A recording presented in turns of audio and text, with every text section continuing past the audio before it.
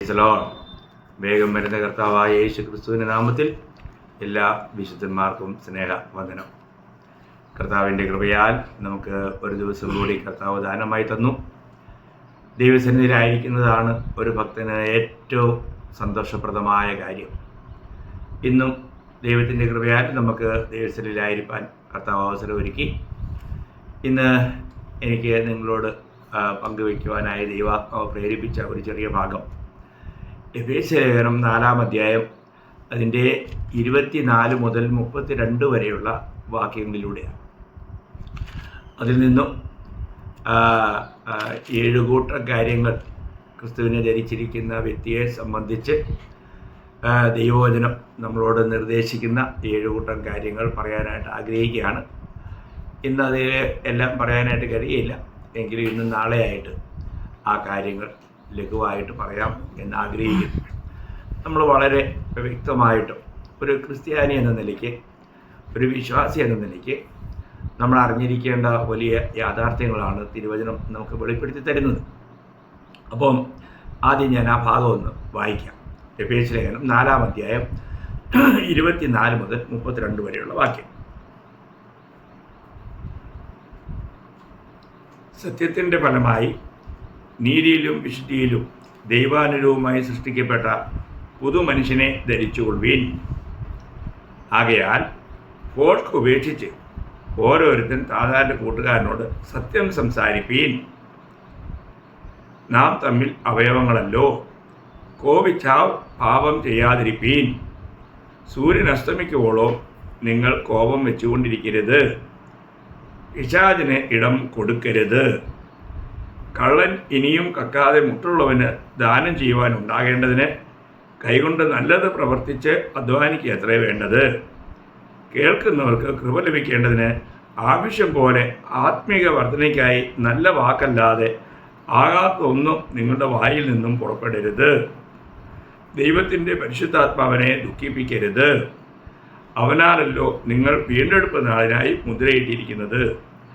നാം എല്ലാ കയ്പും കോപവും ക്രോധവും കുറ്റാരവും ദൂഷണവും സകല ദുർഗുണവുമായി നിങ്ങളെ വിട്ട് ഒഴിഞ്ഞു പോകട്ടെ. നിങ്ങൾ തമ്മിൽ ദൈവം മനസ്സിലേക്കുള്ളവരായി ദൈവം ക്രിസ്തുവിൽ നിങ്ങളോട് ക്ഷമിച്ചതുപോലെ അന്യോന്യം ക്ഷമിപ്പീൻ. ഇവിടെ 24-ാം വാക്യം വായിക്കുന്നത് സത്യത്തിൻ്റെ ഫലമായ നീതിയിലും വിശുദ്ധിയിലും ദൈവാനുരൂപമായി സൃഷ്ടിക്കപ്പെട്ട പുതുമനുഷ്യനെ ധരിച്ചുകൊള്ളുവീൻ. പുതുമനുഷ്യരെ ധരിച്ചുകൊള്ളുവീൻ. അപ്പോൾ നമ്മൾ ഇതേ പ്രയോഗം റോമാലേഖനം 13-ാം അധ്യായം 14-ാം വാക്യത്തിൽ നമ്മൾ വായിക്കുന്നുണ്ട്. റോമൻസ് ചാപ്റ്റർ 13-14 അവിടെ വായിക്കുന്നത് ക്രിസ്തുവിനെ പുതുമനുഷ്യനെ ധരിച്ചുകൊള്ളുവീൻ. പിന്നെ പറയുന്നത് നമ്മൾ ഒരിക്കലും ജഡികമായ ചിന്തയിലേക്ക് പോകാൻ പാടില്ല എന്നൊരു മുന്നറിയിപ്പോടെ അവിടെ നമുക്ക് തരുന്നു. ഞാൻ ആ ഭാഗം കൂടെ ഒന്ന് വായിക്കാം. റോമാലേഖനം അതിൻ്റെ 13-ാം അധ്യായം 14-ാം വാക്യം. കർത്താവായ ക്രിസ്തു യേശുവിനെ തന്നെ ധരിച്ചുകൊള്ളുവീൻ.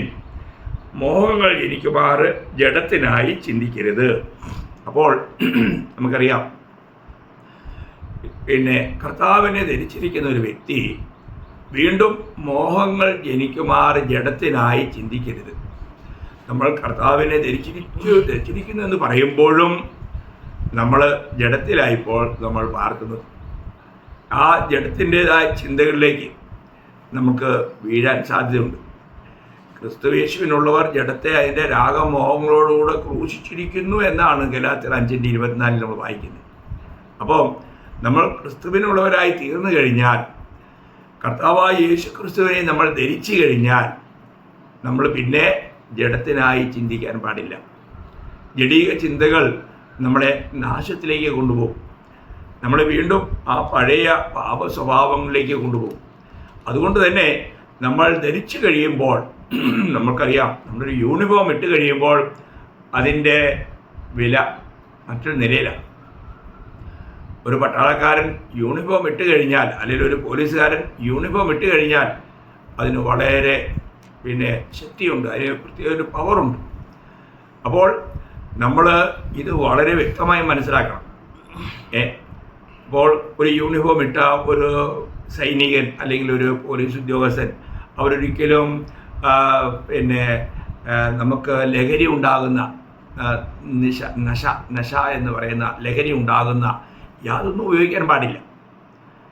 ഇവൻ ഒരു സൈനികനെ സംബന്ധിച്ചിടത്തോളം അവന് പിന്നെ ഈ ലോകപ്രകാരമുള്ള ആഭരണങ്ങൾ ധരിക്കാൻ പാടില്ല. അവന് ഒരുപാട് കാര്യങ്ങളിൽ അതിന് ക്ലിയറായിട്ടുള്ള വ്യവസ്ഥയുണ്ട്.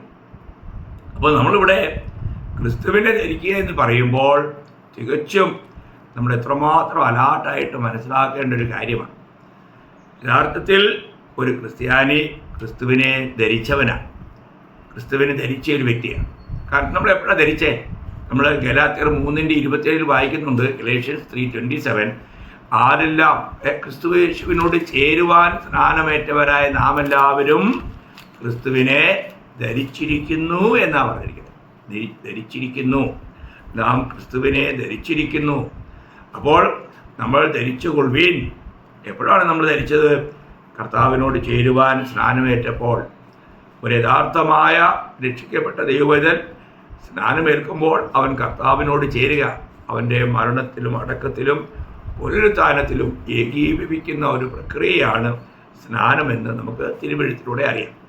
അപ്പോൾ ഒരു കാര്യം ശ്രദ്ധിക്കുക, അങ്ങനെ കർത്താവിനെ ധരിച്ചിരിക്കുന്ന ഒരു വ്യക്തിയിൽ ഉണ്ടായിരിക്കേണ്ട ആ ഒരു 7 ഗുണങ്ങളെക്കുറിച്ചാണ് ഈ ഭാഗത്തു നിന്നും ഞാൻ അല്പമായിട്ട് നിങ്ങളോട് പറയാനായിട്ട് ആഗ്രഹിക്കുന്നത്.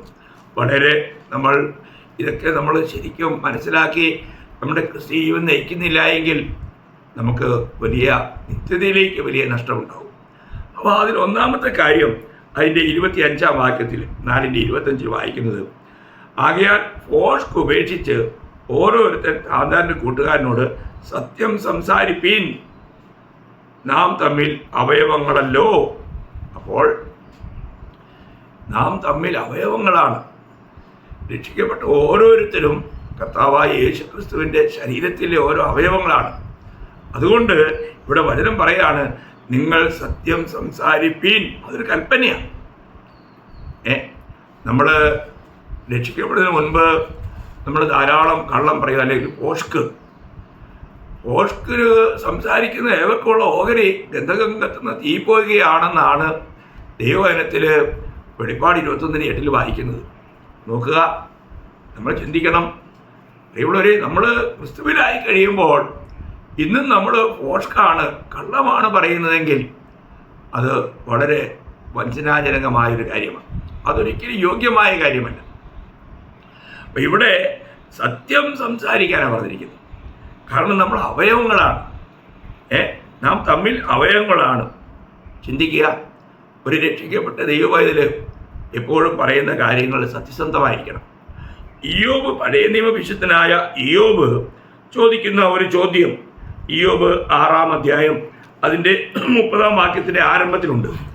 എൻ്റെ നാവിൽ അനീതിയുണ്ടോ? ഒരു ചോദ്യമാണ്. നോക്കുക, പഴയ നിയമ ഭക്തരായിട്ടും ഇയ്യോബ് ചോദിക്കുന്നത് എൻ്റെ നാവിൽ അനീതിയുണ്ടോ? ഓ, നോക്കുക പ്രിയമുള്ളവരെ, നമ്മുടെ നാവിൽ അനീതിയുണ്ടോ? തൻ്റെ ഒരു തീരുമാനം അതേ ഇയ്യോബ് 27:4 നമ്മൾ വായിക്കുന്നുണ്ട്. എൻ്റെ അതിലും നീതി കണ്ട് സംസാരിക്കുകയില്ല, എൻ്റെ നാവ് വ്യാജം ഉച്ചരിക്കുകയുമില്ല. കണ്ടോ, എന്തൊരു നല്ല തീരുമാനമാണ്. ഇയ്യോബ് പറയാണ്, എൻ്റെ അതിലും നീതി കണ്ട് സംസാരിക്കുകയില്ല, എൻ്റെ നാവ് വ്യാജം ഉച്ചരിക്കുകയുമില്ല. ഇന്ന് എത്രയോ വിശുദ്ധന്മാർ രക്ഷിക്കപ്പെട്ടവരാണെന്ന് പറയും, പക്ഷേ കാര്യസാധ്യത്തിന് വേണ്ടി എന്ത് കള്ളവും പറയും. ദൈവമക്കൾക്ക് അത് യോഗ്യമല്ല കേട്ടോ. അല്ലേ, എന്തെങ്കിലും ആവശ്യമുണ്ടെങ്കിൽ അവർ പൈസയോ വല്ലതും ചോദിക്കുമ്പോൾ ഞാൻ 2 ദിവസം കൊണ്ട് അല്ലെ 2 ആഴ്ചയ്ക്കകം തന്നേക്കാം, അല്ലെ 1 മാസത്തിനകം തന്നേക്കാം എന്ന് പറഞ്ഞ് മേടിക്കും. പക്ഷെ അവരുടെ ഉള്ളിൽ പണ്ടേ തീരുമാനമുണ്ട്, ഉടനെ എങ്ങും കൊടുക്കാൻ പറ്റുമോ ഇല്ല, കൊടുക്കത്തുമില്ല. കള്ളം പറയുക. എന്നാൽ താമസിച്ചു പോയെങ്കിൽ എന്നാ സോറി, എനിക്ക് സമയത്ത് തരാൻ പറ്റിയില്ല, അങ്ങനെ ഒരു കാര്യം പറയുകയില്ല. അത് മനഃപൂർവ്വം ജനത്തെ വഞ്ചിക്കുക. ദൈവമക്കളെ, നമ്മൾ ഒരിക്കലും ദൈവമക്കൾ അങ്ങനെ വഞ്ചിക്കാൻ പാടില്ല. നമ്മൾ പറഞ്ഞാൽ ആ കാര്യം അത് കൃത്യമായിരിക്കണം, അത് സത്യമായിരിക്കണം. അപ്പം നമ്മൾ അങ്ങനെ നാവ് കൊണ്ട് കള്ളം പറഞ്ഞ് ഇങ്ങനെയുള്ള കാര്യങ്ങൾ ചെയ്താൽ അത് എത്ര ദൈവഹൃദയത്തെ ദുഃഖിപ്പിക്കുന്നതായിരിക്കും. ഈ ഉപയോഗിച്ചതുപോലെ എൻ്റെ നാവിൽ അനീതിയുണ്ടോ? അങ്ങനെയുള്ള എന്തെങ്കിലും സത്യസന്ധമല്ലാത്ത കാര്യങ്ങൾ ഞാൻ ചെയ്യുന്നുണ്ടോ? ദാവീദ് എടുത്ത ഒരു തീരുമാനം 39-ാം സങ്കീർത്തനത്തിൻ്റെ 1-ാം വാക്യത്തിൽ പറയുന്നുണ്ട്. 39:1 സാംസ്. നാവ് കൊണ്ട് പാപം ചെയ്യാതിരിപ്പാൻ ഞാൻ എൻ്റെ വഴികളെ സൂക്ഷിക്കുമെന്നും ദുഷ്ടൻ എൻ്റെ മുമ്പിൽ ഇരിക്കുമ്പോൾ എൻ്റെ വായി കടിഞ്ഞാനിട്ട് കാക്കുമെന്നും ഞാൻ പറഞ്ഞു. മീൻസ് ഇവിടെ ദാവീദിൻ്റെ ഒരു തീരുമാനമാണ്. നമുക്കറിയാം, ദൈവജനമല്ലാത്ത, രക്ഷിക്കപ്പെടാത്ത മറ്റുള്ളവരുമായിട്ടുള്ള സംഭാഷണങ്ങൾ വരുമ്പോൾ പലപ്പോഴും പലതിലും ചിലപ്പോൾ നമ്മൾ അഭിപ്രായങ്ങൾ പറയാനിടയാവും. അത് നമ്മുടെ വീഴ്ചയ്ക്ക് കാരണമാകാം. കാരണം അതിൽ സത്യസന്ധത ഉണ്ടായിരിക്കില്ല. അപ്പോൾ നമ്മൾ വളരെ സൂക്ഷിക്കണം. നമുക്ക് പലയിടങ്ങളിലും നമുക്ക് മിണ്ടാതിരിക്കേണ്ടി വന്നേക്കാം. നമ്മുടെ നാവ് കൊണ്ട് നമ്മൾ ചെയ്തു കൂട്ടുന്ന തെറ്റുകളെക്കുറിച്ച് പലപ്പോഴും പലരും ബോധവാന്മാരല്ല. എന്നാൽ ദൈവമക്കളെ ഞാൻ ഓർപ്പിക്കട്ടെ, നമ്മുടെ ഈ കാര്യത്തിൽ വളരെ ഗഹനമായി ചിന്തിക്കണം. ദാവീദിൻ്റെ തന്നെ 34-ാം അധ്യായം അതിൻ്റെ 13-ാം വാക്യത്തിൽ താൻ പറയുന്നത്, ദോഷം ചെയ്യാതെ നിന്റെ നാവിനെയും വ്യാജം പറയാതെ നിന്റെ അധരത്തെയും കാത്തുകൊള്ളുക. കാക്കണം. നമുക്ക് കാക്കാൻ പറ്റുമോ? നമ്മൾ 141-3 ദാവീദിൻ്റെ ഒരു പ്രാർത്ഥന നമുക്ക് കാണാൻ കഴിയും. അവിടെ ദാവീദ് പറയുന്നത്, യഹോവേ എൻ്റെ വായ്ക്ക് ഒരു കാവൽ നിർത്തി എൻ്റെ അധരദ്വാരം കാക്കണമേ. എത്ര ഭയങ്കരമല്ലേ? എൻ്റെ അധരദ്വാരം കാക്കണമേ. എൻ്റെ വായ്ക്കൊരു കാവൽ നിർത്തണം. ഒരു രീതിയിൽ തമാശ എന്നവണ്ണം വിശുദ്ധന്മാർ പറയാറുണ്ട്, ഈ നാവിന് ചുറ്റും 32 പടയാളികൾ നിൽപ്പുണ്ടെന്ന്. പറയാം, 32 പല്ല്. പക്ഷെ അതിനെയൊക്കെ ഭേദിച്ച് ഈ നാവ് കൊണ്ട് എന്തെല്ലാം ബീമ്പ ഇളക്കുന്നേ, ഏതെല്ലാം രീതിയിലുള്ള തെറ്റുകളും കുറ്റങ്ങളും നമ്മൾ ചെയ്യുന്നു. ദൈവമക്കളെ, നമ്മൾ ചെയ്യുന്ന ഓരോ കാര്യങ്ങളും എത്ര സൂക്ഷ്മതയോടെ ആയിരിക്കണം. 19-ാം സങ്കീർത്തനം 14-ാം വാക്യത്തിൽ ദാവീദ് പറയുന്നത്, എൻ്റെ ഹൃദയത്തിലെ വിചാരവും എൻ്റെ വായിലെ വാക്കുകളും നിനക്ക് പ്രസാദമായിരിക്കുമാറാകട്ടെ എന്ന്. നമ്മുടെ വാക്കുകൾ ദൈവത്തെ പ്രസാദിപ്പിക്കുന്നവയായിരിക്കണം. ദൈവമക്കളെ, നമുക്ക് അങ്ങനെയുള്ള വാക്കുകൾ പറയാൻ കഴിയുന്നുണ്ടോ? നമ്മൾ ചിന്തിക്കണം. നാം പറയുന്ന വാക്കുകൾ യഥാർത്ഥത്തിൽ സത്യമാണോ? അങ്ങനെയല്ലെങ്കിൽ അത് എത്രയോ ദൈവത്തിന് ദുഃഖമായിരിക്കും. നമ്മൾ കൊളോസ്യ ലേഖനം 3-ാം അധ്യായം അതിൻ്റെ 9-ാം വാക്യത്തിൽ, കൊളോസ്യം ചാപ്റ്റർ 3 വേഴ്സ് 9, അവിടെ വായിക്കുന്നത്, അന്യോന്യ പോഷ്ക്ക് പറയരുത്, നിങ്ങൾ പഴയ മനുഷ്യനെ അവൻ്റെ പ്രവൃത്തികളോടുകൂടെ ഉരിഞ്ഞു കളഞ്ഞു. കണ്ടോ? അന്യോന്യ പോഷ്ക്ക് പറയരുത്. നമ്മുടെ ജീവിതത്തിൽ ഇന്ന് നമുക്ക് പോഷ്ക്ക് പറയുന്ന ഒരനുഭവം ഉണ്ടോ എന്ന് പരിശോധിക്കുന്നത് നന്നായിരിക്കും. നമ്മൾ സദൃശ്യവാക്യം 8-ാം അധ്യായം അതിൻ്റെ 6-ാം വാക്യത്തിൻ്റെ ബി പാർട്ട് മുതൽ 7 വാക്യം, എൻ്റെ അധരങ്ങളെ തുറക്കുന്നത് നേരിനായിരിക്കും, എൻ്റെ വായ് സത്യം സംസാരിക്കും, ദുഷ്ടത എൻ്റെ അധരങ്ങൾക്ക് അറപ്പാകുന്നു. കണ്ടോ? ഒരു യഥാർത്ഥ ഭക്തൻ്റെ ശരിയായ തീരുമാനം ഇങ്ങനെയായിരിക്കും. നോക്കുക, എൻ്റെ അധരങ്ങളെ തുറക്കുന്നത് നേരിനായിരിക്കും, സത്യം സംസാരിക്കാൻ വേണ്ടിയായിരിക്കും. എൻ്റെ വായ് സത്യം സംസാരിക്കും. കണ്ടോ? അതാ അവര് സത്യമുള്ള കൂട്ടരാണ്. അവർ പറയുന്നത് യഥാർത്ഥ സത്യമാണെന്ന് പറയുവാൻ, മറ്റുള്ളവർക്കും അങ്ങനെയൊരു സാക്ഷ്യം പറയുവാൻ നമ്മുടെ ജീവിതം ഇടയാക്കണം. അതോ ഇന്ന് നമ്മൾ പോസ്റ്റ് പറയുന്നവരാണോ? ചിന്തിക്കുക. നമ്മുടെ ജീവിതം വളരെ സൂക്ഷിക്കണം. കാരണം നമ്മൾ 18-ാം സദൃശ്യവാക്യം 18-ന്റെ 21 വായിക്കുന്നത് വളരെ ഡേഞ്ചറായ കാര്യമാണ്. മരണവും ജീവനും നാവിൻ്റെ അധികാരത്തിലിരിക്കുന്നു, അതിൽ ഇഷ്ടപ്പെടുന്നവൻ അതിൻ്റെ ഫലം അനുഭവിക്കും. മരണവും ജീവനും നാവിൻ്റെ അധികാരത്തിൽ. നോക്കുക, നമുക്ക് ഇതിനകത്ത് തന്നെ വേറൊരു കാര്യം അതിനകത്തുണ്ട്, നല്ല വാക്കല്ലാതെ എന്നുള്ള ഒരു വാക്യം വരുന്നുണ്ടാവും. ആ സമയത്ത് അല്പം കൂടെ വിശദീകരിക്കാം. അപ്പോൾ ഇവിടെ നമ്മുടെ വാക്കുകളെ നമ്മൾ സൂക്ഷിക്കണം പ്രിയമുള്ളവരെ. നമ്മൾ സത്യം സംസാരിക്കുന്നവരായിരിക്കണം. അതാ ദൈവം ആഗ്രഹിക്കുന്നത്. രണ്ടാമത്തെ കാര്യം, നമ്മൾ എഫേസ്യ ലേഖനം 4-ാം അധ്യായം അതിൻ്റെ 26-ാം വാക്യം, നമ്മൾ 25-ആണ് വായിച്ചത്, നമുക്കതിൻ്റെ 26-ാം വാക്യം ഒന്ന് വായിക്കാം. കോപിച്ചാൽ പാപം ചെയ്യാതിരിപ്പിൻ, സൂര്യൻ അസ്തമിക്കുമ്പോഴോ നിങ്ങൾ കോപം വെച്ചുകൊണ്ടിരിക്കരുത്, അപ്പോൾ പാപം ചെയ്യാതിരിപ്പിൻ. ഇത് രണ്ടാമത്തെ കൽപ്പനയാണ്. പാപം ചെയ്യാതിരിപ്പിൻ. നമുക്കറിയാം, സങ്കീർത്തനം 4:4 വായിക്കുന്നുണ്ട്, നടുങ്ങുവിൻ പാപം ചെയ്യാതിരിപ്പിൻ, നടുങ്ങുവിൻ പാപം ചെയ്യാതിരിപ്പിൻ എന്ന് പറഞ്ഞാൽ ഒരു രീതിയിലും പാപം നമ്മളിൽ വന്നു പോകാതിരിക്കുവാൻ നാം സൂക്ഷിക്കണം. നമുക്കറിയാം, ദൈവേഷ്ടത്തിന് പുറത്തുള്ള എല്ലാ കാര്യങ്ങളും പാപമാണ്. ഇവിടെ കോപം എന്ത് കൊണ്ടുവരുന്നു? പാപം കൊണ്ടുവരുന്നു. അതുകൊണ്ടാണ് പറഞ്ഞേ കോപിച്ചാൽ പാപം ചെയ്യാതിരിപ്പിൻ. അപ്പോൾ കോപം ചിലർ പെട്ടെന്ന് കോപിക്കും, ക്ഷിപ്ര കോപികളെന്ന് നമ്മൾ പറയാറില്ലേ.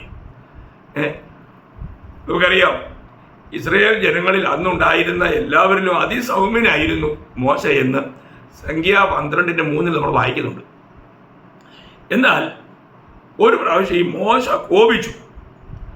ആ കോപത്തിൽ എന്ത് സംഭവിച്ചതറിയാമോ? നമ്മൾ 106-ാം സങ്കീർത്തനം അതിൻ്റെ 32-33 വാക്യം വായിക്കുമ്പോൾ X 32-83 അവിടെ നമ്മൾ വായിക്കുന്നത് മോശയുടെ കോപം. മെരിവാ വെള്ളത്തിലും അവർ അവനെ കോപിപ്പിച്ചു, അവരുടെ നിമിത്തം മോശയ്ക്ക് ദോഷം ഭവിച്ചു. അവർ അവൻ്റെ മനസ്സിനെ കോപിച്ചതുണ്ട്. അവിടെ ആക്ച്വലി മനസ്സെന്നുള്ളത് മലയാളത്തിൽ തെറ്റാണ്. അവൻ്റെ ആത്മാവിനെ കോപിപ്പിച്ചത് കൊണ്ട് അവൻ അതരങ്ങളാൽ അവിവേകം സംസാരിച്ചു പോയി. ഉണ്ടോ? നോക്കുക, ഇത് നമ്മൾ സംഖ്യ 20-ാം അധ്യായം 10-ാം വാക്യത്തിൽ പറയുന്ന ആ ദുശാഠ്യക്കാരെന്നുള്ള വിളിയാണ് നമ്മൾ മനസ്സിലാക്കണം.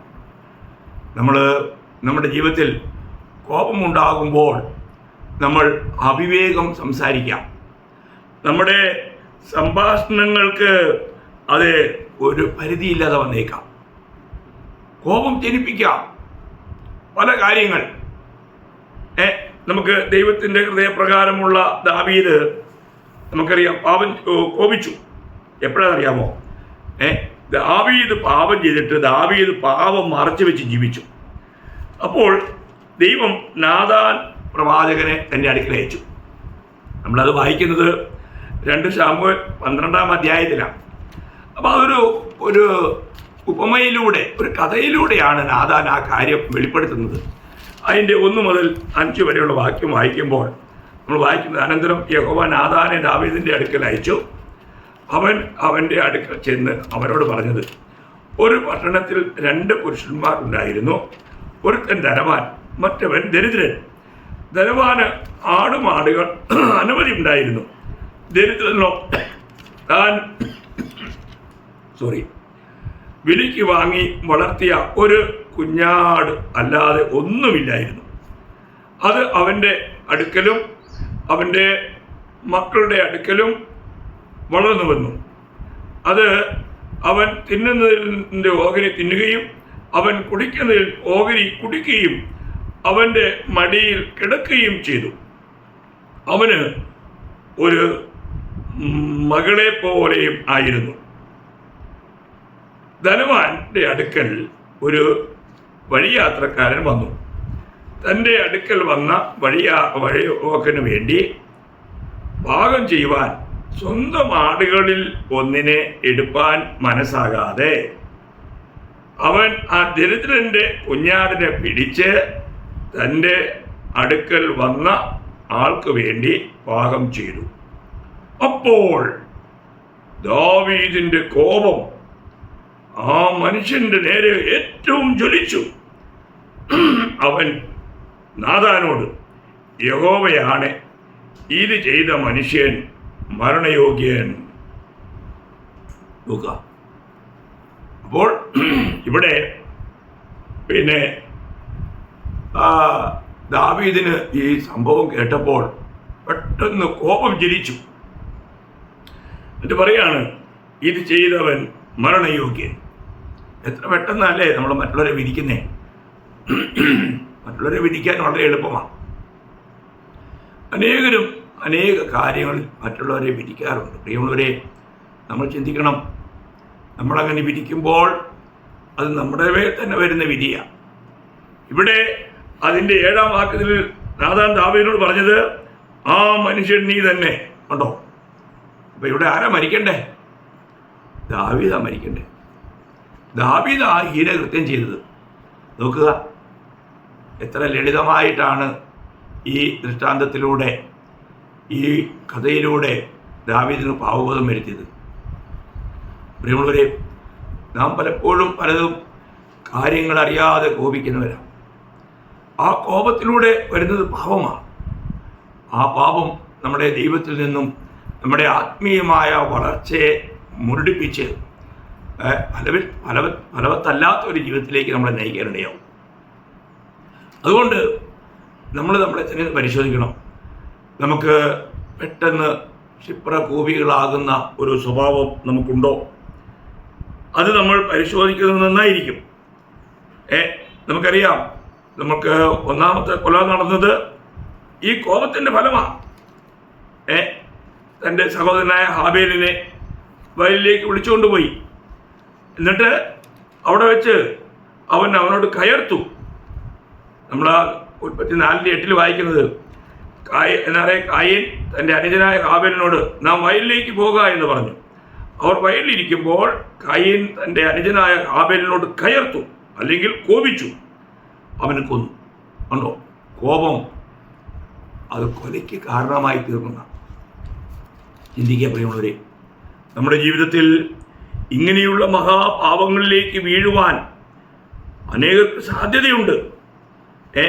നമ്മൾ കൊളോസ്യ ലേഖനം 3-ാം അധ്യായത്തിലെ 8-ാം വാക്യം വായിക്കുമ്പോൾ, കൊളോസ്യ ലേഖനം അതിൻ്റെ 3-ാം അധ്യായം 8-ാം വാക്യം, കൊളോസ്യം ചാപ്റ്റർ 3 വേഴ്സ് 8, ഇപ്പോഴോ നിങ്ങളും കോപം, ക്രോധം, ഈർഷ്യ, വായിൽ നിന്ന് വരുന്ന ദൂഷണം, ദുർഭാഷണം ഇവയൊക്കെയും വിട്ടുകളയുവീൻ.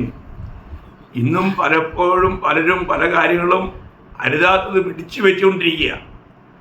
ഇവരെ ദൈവവചനം പറയുന്നു, അവയെല്ലാം വിട്ടുകളയുവീൻ. നമ്മളത് വെച്ചുകൊണ്ടിരുന്നാൽ അത് നമുക്ക് വളരെ ദോഷം ചെയ്യും. സങ്കീർത്തനം 37:8 നമ്മൾ വായിക്കുന്നത്, ഭജൻ സംഗീത 37:8, അവിടെ വായിക്കുന്നത്, കോപം കളഞ്ഞ് ക്രോധം ഉപേക്ഷിക്കുക, മുഷിഞ്ഞു പോകരുത്, അത് ദോഷത്തിന് ഹേതുവാകുകയുള്ളൂ. അപ്പം ദുഷ്ടന്റെ മാർവില നീരസം വസിക്കണമെന്ന് നമ്മൾ സഭാപ്രസംഗം 7:9 വായിക്കുന്നുണ്ട്. ഇവിടെ പെട്ടെന്ന് നീരസമുണ്ടായിട്ട് കോപിക്കുന്നു. ആ കോപം നമുക്ക് വലിയ പാപങ്ങളിലേക്ക് വീഴുവാനിടയായിത്തീരുന്നു. അതാണല്ലോ ഒന്നാമത്തെ രാജാവായ ശൗലിന് സംഭവിച്ചത്. ദാവീദിനെ സ്ത്രീകൾ പ്രശംസിച്ചത് അവന് സഹിക്കാൻ കഴിഞ്ഞില്ല. അവനതിൽ നീരസമുണ്ടാകുന്നു, അത് കോപമായി മാറുന്നു, അവസാനം അത് കൊലപാതകമായി മാറുന്നു. എത്ര ഭയങ്കരമായ കാഴ്ചയാണ്. അപ്പോൾ ദൈവത്തിൻ്റെ വചനം പറയുന്നു, നാം പാപം ചെയ്യാതിരിപ്പീൻ, നടുങ്ങുവിൻ പാപം. അത് വളരെ ഒരു ഗഹനമായ ശബ്ദം തന്നെയാണ്. നമ്മൾ സങ്കീർത്തനം 4:4, നടുങ്ങുവിൻ പാപം ചെയ്യാതിരിപ്പീൻ, നിങ്ങളുടെ കിടക്കമേൽ ഹൃദയത്തിൽ ധ്യാനിച്ച് മൗനമായിരിപ്പീൻ. അവിടെ ഒരു സേലാ ശബ്ദം കൊടുത്തിട്ടുണ്ട്. എന്ന് പറയുന്നത് നമ്മൾ നിന്ന് ചിന്തിക്കേണ്ട കാര്യമാണ്. ദൈവമക്കളെ, നമ്മുടെ ഈ ചെറിയൊരു ആയുസ് നമ്മൾ ഇന്നും പെട്ടെന്ന് കോപിക്കുന്നവരും നമ്മൾ കോപം വെച്ചുകൊണ്ടിരിക്കുന്നവരുമാണെങ്കിൽ അത് പാപത്തിലേക്ക് കലാശിക്കൂ. അത് വലിയ നമ്മൾ ചിന്തിക്കാത്ത പല വിധത്തിലുള്ള ദോഷങ്ങൾ കൊണ്ടുവരുവാനിടയായിത്തീരും. തിരുവചനത്തിൽ പറയുന്ന ഓരോ മുന്നറിയിപ്പുകളും നമ്മൾ വളരെ ഗഹനമായിട്ട് പഠിക്കേണ്ട ഒരു കാര്യം തന്നെയാണ്. ആർക്കും നമ്മൾ ഈ ലോകത്തിലായിരിക്കുമ്പോൾ അങ്ങനെയുള്ള തെറ്റുകൾ സംഭവിക്കാം. എന്നാൽ നമ്മൾ അവയെല്ലാം വിട്ടൊഴിയുവാനായിട്ട് നമ്മൾ തയ്യാറാകണം എന്നാണ് ദൈവം ആഗ്രഹിക്കുന്നത്. അപ്പോൾ നമുക്കറിയാം, ഇത്ര സൗമ്യനായ മോശ കോപിച്ചു. ആ കോപത്തിൻ്റെ ഫലമായിട്ട് താൻ അവിവേകം സംസാരിച്ചു. അതിൻ്റെ ഫലമായിട്ട് തനിക്കുണ്ടായ നഷ്ടം വാഗ്ദത്ത കനാനിലേക്ക് പ്രവേശിക്കുവാൻ കഴിഞ്ഞില്ല. നോക്കുക, ഇവിടെ ദാവീദ് തൻ്റെ ജീവിതത്തിൽ കോപം ഉണ്ടായി, തനിക്ക് പെട്ടെന്ന് കോപം ഉണ്ടായി, താനാ ചെയ്ത ആ വലിയ തെറ്റ്.